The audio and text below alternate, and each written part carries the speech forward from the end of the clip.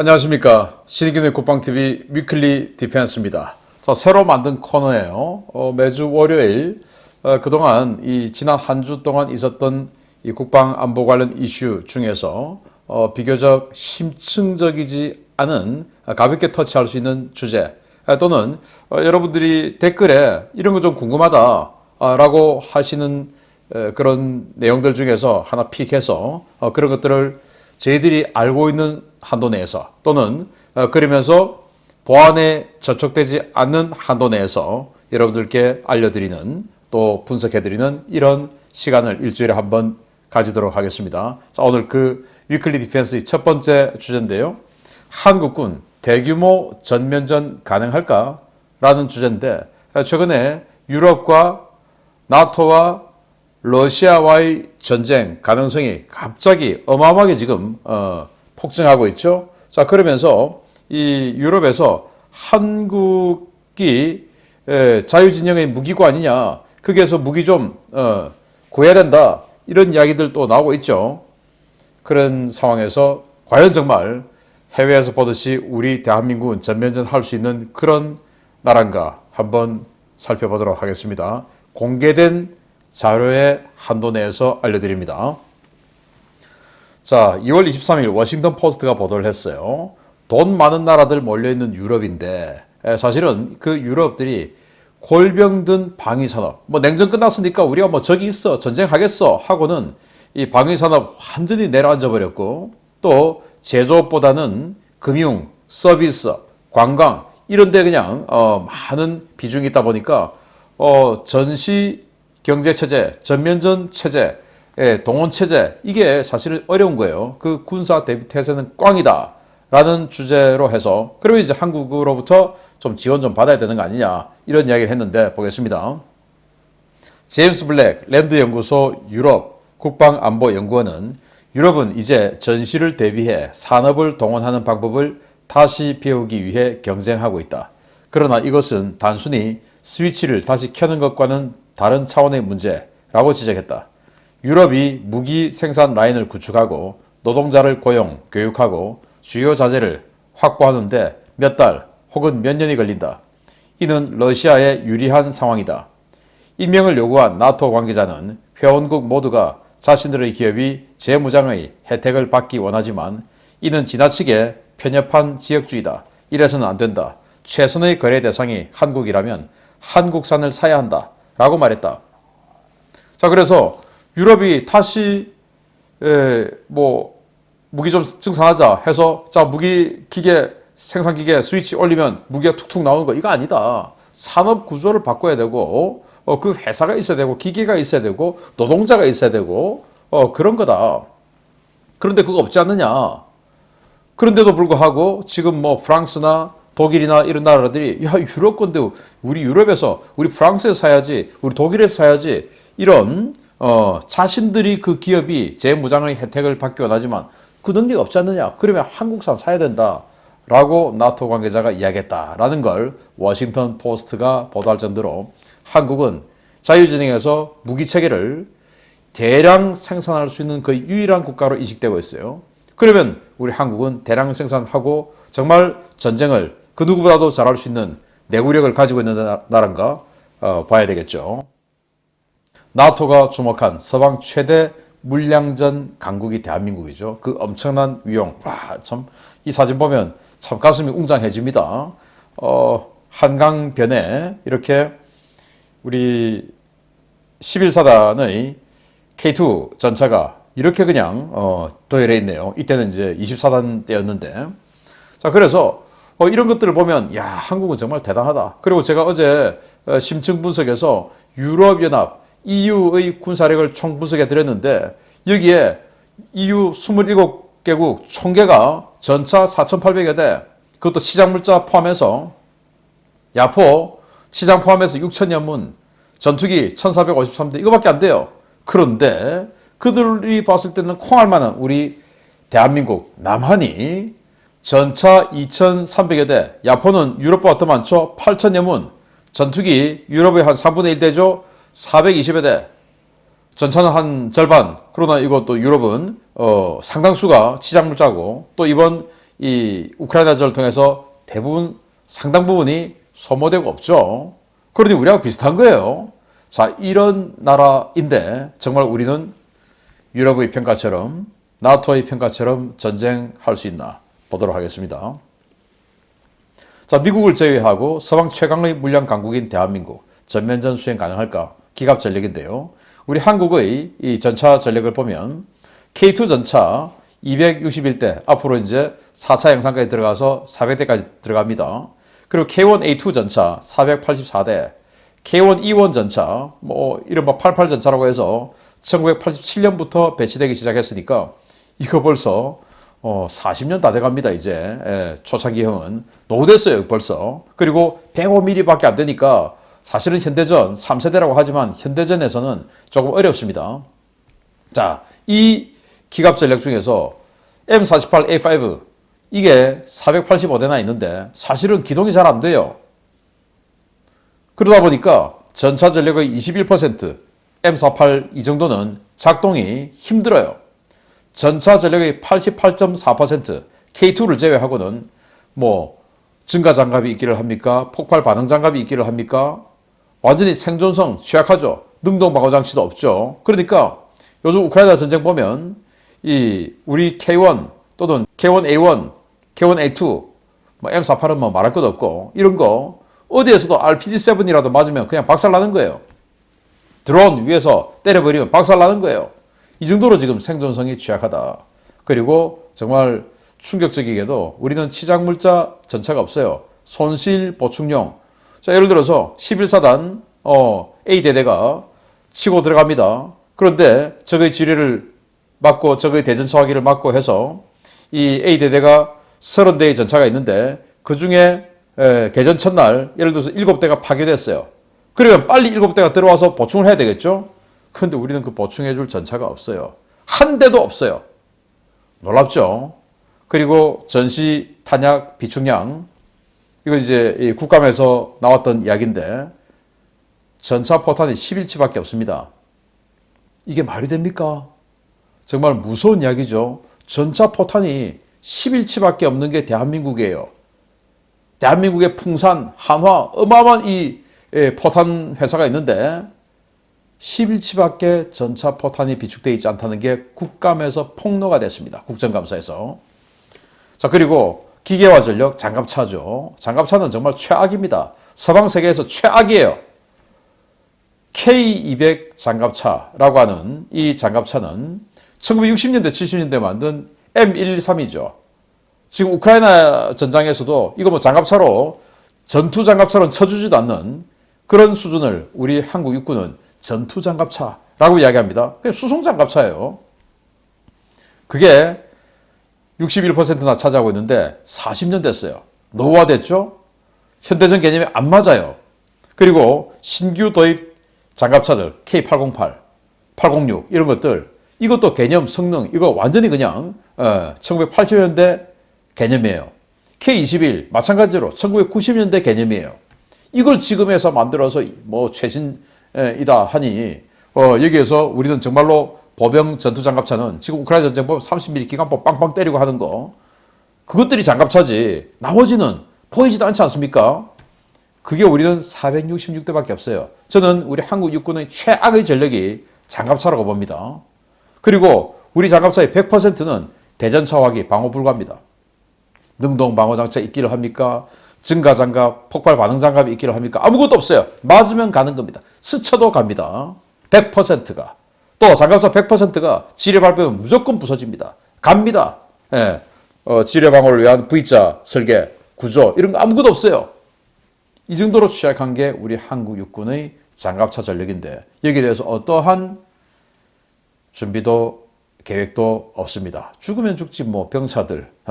요거 K808 하나 요거 파괴되면 12명 우리 병사 죽는데 그럼 내 아들이냐 뭐냐 이겁니까? 도대체 뭡니까? 자, 그리고 포병 전력 유럽 전체 합한 것보다 더 강력하고 수량 많은 포병 전력인데 이 포병 전력도 K9이 1300대 K55A1이 1180대여서 이 자주포가 2500대가량 되죠. 그리고 이제 M101 이거 105mm 과거에 똥포라고 불렀는데 그걸 이제 이렇게 차에다 올려서 자주포로 만들었습니다. 풍익이라고 하죠. 이게 한 850대. 그리고 나머지는 그냥 순수 견인포예요. 그런데 표적 획득 프로세스가 낙후되어 있어요. 우크라이나 전쟁 보면 포병 부대들이 드론 띄워서 자기들이 표적 확인하고 때리고 표적 확인하고 때리고 합니다. 근데 우리나라는 군단급 대대에서 정보대대에서 표적을 나눠줍니다. 신속하지 않고 자율성이 없죠.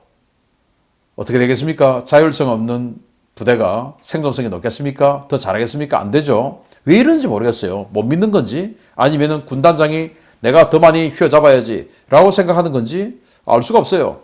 상비군 손실 보충용 지장분이 없어요. 그래서 이 포들 다 예비군용입니다. 지장분이 아니에요. 현재 예비군에서 쓰는 거예요. 역시 지장물자가 없어요. 예비군 동원 시 화포 운영이 제한됩니다. 자, 현역에는 이렇게 자주포를 다 썼는데 4,000문가량의 자주포를 썼는데 예비군 가니까 M114, KH179 이런 걸 써요. 견인포예요. 내가 해봤나 이거? 동원 갔더니 2박 3일 하는데 그중에 첫날 비디오 좀 보고 오후에 조금 뭐 설명 좀 듣고 그 다음날 이틀째 한번 테스트 한번 해보고 3일째는 그냥 평가하고 나오는 거예요. 없어요. 해보지를 못했어요. 제가 실제 동원사단 포병 훈련하는데 가봤어요. M114 쏘는데. 그래서 동원 예비군들하고 대화를 나눠봤어요. 할 줄 모른다 이겁니다. 자신은 K55 또 K9 출신이었다 이거예요. 그럼 이 포 어떻게 쐈냐 하니까 현역제가 다 했어요. 동원사단에 현역들이 한두 명씩 있죠. 포반에. 그 애들이 다 했다 이거예요. 나머지 예비군들은 뭐 했냐? 포탄 갖다 줬다 이거예요. 그냥. 기가 차는 거죠. 전쟁할 수 있겠습니까? 그리고 전시 탄약 비축량 정말 적습니다. 그래서 설이 있는데 지금 아무도 몰라요. 민간 차원에서는 몇 발이 있는지. 그래서 300만 발, 350만 발 이런 추정치는 있어요. 그런데 우리 이런 자주포들 4,000문 있는 자주포가 하루에 100발 쏘았다. 그리고 이걸 열흘치 쏘았다. 단 하나가 없는 겁니다. 그러면 그 다음부터는 포탄 없어서 어떡합니까? 우크라이나 지금 포탄 없으니까 전쟁 지는 거 아닙니까? 뭐 미군이 갖다 주겠지. 그러면 안 되는 것이죠. 자, 그러면 항공전력은 어떻냐?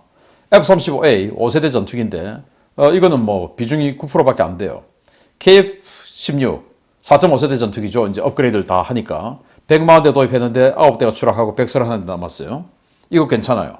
F-15K 4세대 전투기 59대 이거 괜찮아요. 이것도 업그레이드 할 겁니다. 문제는 F-16 PBU 1986년부터 88년 사이에 도입한 전투기인데 이걸 최근에 업그레이드 했어요. 업그레이드를 하는데 대만은 우리보다 더 오래된 F-16인데 F-16V급으로 업그레이드를 했어요. 그런데 우리는 대만보다 더 쌩쌩한 더 신형 F-16인데 1990년대 스타일의 KF-16급으로 업그레이드를 하고 KF-16은 F-16V급으로 업그레이드를 했어요. 이 말은 뭐냐? F-16 PBU 이거 KF-16급이 아니라 F-16V급으로 업그레이드하면 차세대 전투기 도입하는데 지장이 있을 거 아니야. 왜 성능 좋은 거 있는데. 이런 생각을 한 것이 아닌가라고 저는 의심을 합니다. 그리고 FA-50 경전투기죠. 이것도 업그레이드 해야 돼요. F4 팬텀, F5 제공호 정말 이런 건 부품도 없고 이제는 현대전에 쓸 수 없죠. 이런 이 양극화된 전투기 체계가 있는데 북한 상대로는 쓸 수 있어요. 그러나 중국 상대로는 이 F-16 PBU 이 이하로는 사용해서는 안 되는 전력이다. 이겁니다. 자, 그러면서 이 항공 전력 탄약, 요즘 뭐 탄약이 다 문제니까 탄약이 도대체 우리가 얼마나 있냐? 최근에 폭로가 나왔는데요. 이 암람 중거리 공대공 미사일 같은 경우에 우리 한국 공군은 연 10회 실사격한다. 라는 폭로가 나왔어요. 그 말은 뭐냐? 비행단에, 한 개 비행단에 전투기 하나 선정해서 1년에 한 번 쏜다는 말입니다. 그러면 한 개 비행단에 전투기가 60대씩 있는데 나머지 59대는 한 번도 쏴보지 못하고 한 대만 딱 선발돼서 걔만 쏴본다 이겁니다. 나머지는 경험담 듣는 겁니다. 이게 우리 한국 공군의 현실이에요. 타우러스 미사일 250여 발이 있는데 2017년 이후에 실사격 한 번도 안 해봤습니다.